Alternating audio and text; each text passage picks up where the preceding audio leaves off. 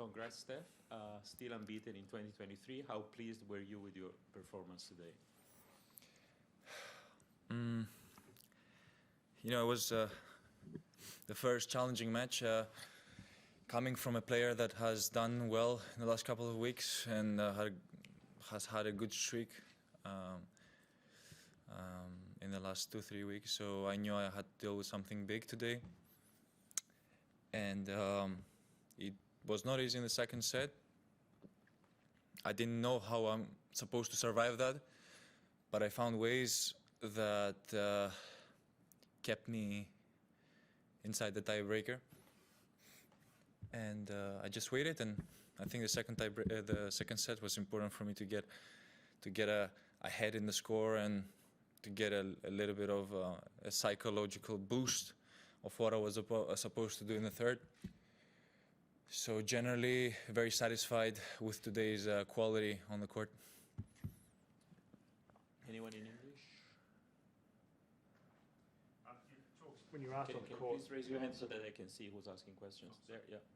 You were asked on the court about the match, and you said, and I think you were sort of joking about what a nice day it was for tennis, but given what's happened at this tournament, and I mean, you've got the late night matches, the rain delays, everything else. I mean, how fortunate do you feel that so far you've pretty much had a fairly uneventful run through the early rounds of the tournament? Yeah, I'm ready to, let's say, face anything if it comes to be, and that's tennis. It's not always predictable. Unpredictable stuff is part of our job. We don't know what to expect. We don't know where we're supposed to finish. There's another person on the other side of the court. We're not running a sprint of 100 meters. We know it's set to be 10 seconds, and that's it. So it could last, a match could last 50 minutes, or it could last 4.5 hours. And I think that's what makes our sport so exciting. Yeah, it's different.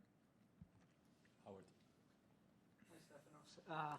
I'm guessing you were asleep, but I'm curious what, if any, attention you paid to Andy Murray against Thanasi.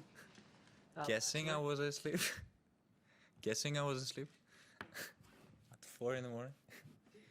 Do you think it's problematic at all, or it's okay that there are sporting events in your sport that are going on to those hours of the night? Well, it's no fun for Andy that he has to. I saw him today before my match. I was thinking to myself, what is he doing here? He should be in bed.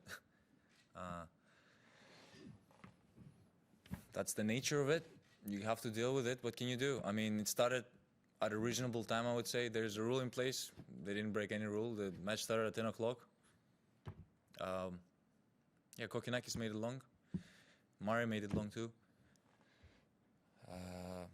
I think tennis likes these kind of matches because there is a story behind. There's a great story behind this match, and it's going to be remembered. And I do remember very vividly and very well the match that Baghdaris played with Hewitt. It's somewhere back inside my mind somewhere. I do remember this moment. So it is definitely a very magical moment, and for sure not for the one that loses, because it's painful. And on one side it's painful, on the other way it's pretty good because you don't have to deal with jet lag coming back to Europe, which helps. Congratulations for a great run so far and the great run in 2023. We all know that your players like to say, I'll take it one match at a time. But at tournaments such as this one, where you have the weather playing in, the surface, speed of the surface, the balls, the injuries, various freak results and so on, if I can call them like that, is there something that you have which can be termed as player anticipation? And if so, what is this comprised of if you look at the draw and say, okay, I have my chances, this may develop in this way, this may develop in that way, I don't make predictions. I've never been making predictions because the sport that I chose to play is unpredictable. Of course there are favorites, everyone knows that. But if my mind is not there, it doesn't matter who I'm playing. If I'm not able to generate good shots, hit big shots at important moments, be daring at important moments. Doesn't matter who is on the other side of the net. So it's always up to me, and not to the opponent. I never approach it this way. I never wait for the opponent to do something, to give me something. There are no presents. I believe that there are no presents, and you should be going after it, and you should be creating those opportunities and aiming big within yourself, and sometimes surpass your own abilities. That is something that I enjoy. When I see myself getting beyond that, it is a very beautiful feeling. Last one in English, Andrew. I'm just curious, obviously you played Yannick here last year, you know him well.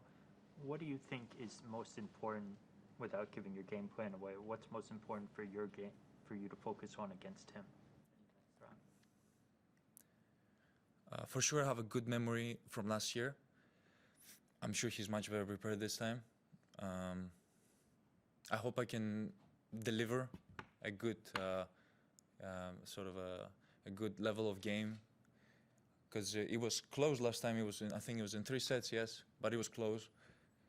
So it's about maintaining that. It's about building within that.